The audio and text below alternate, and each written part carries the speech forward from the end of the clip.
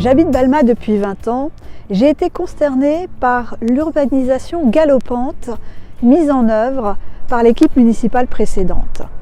Je voyais Balma perdre petit à petit son âme, ses caractéristiques essentielles qui font de notre commune une ville à la campagne.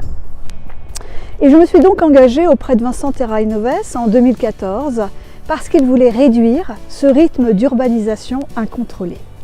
Et c'est ce que nous avons fait dès que nous avons été aux responsabilités. Quoi que puissent en dire nos concurrents, qui sont par ailleurs responsables de l'urbanisation incessante de Balma depuis 10 ans, nous avons réduit ce rythme fou.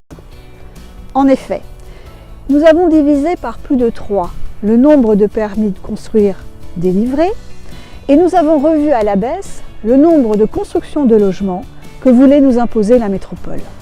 Nous nous sommes réellement battus pour préserver notre cadre de vie. Ça a été un effort important et nous en sommes très fiers. C'est également plus de 65 hectares de terres constructibles que nous avons fermés à l'urbanisation.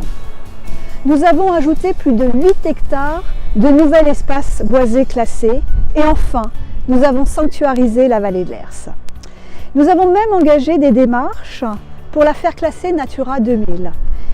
C'est un corridor écologique, un réservoir de biodiversité, abritant une faune et une flore qu'il est essentiel de conserver, de protéger avec une réelle détermination et une très grande opiniâtreté, alors même que certains souhaitent profiter de ces espaces vierges pour y construire des équipements publics comme ils l'ont annoncé.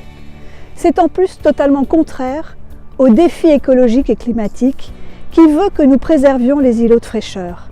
La vallée de l'Hers est une zone tampon entre Toulouse, îlot de chaleur, et Balma. Et c'est enfin contraire à toutes les démarches que nous avons entreprises dans le cadre de la révision des documents d'urbanisme pour rendre inconstructible la vallée de l'Hers, à l'exception des terrains militaires qui appartiennent à l'État et qui sont dédiés à des activités militaires.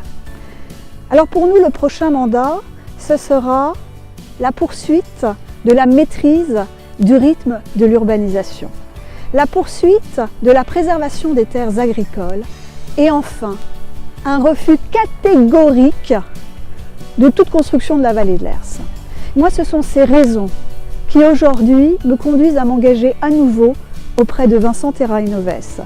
Et je vous invite à voter pour sa liste dès le premier tour des élections municipales.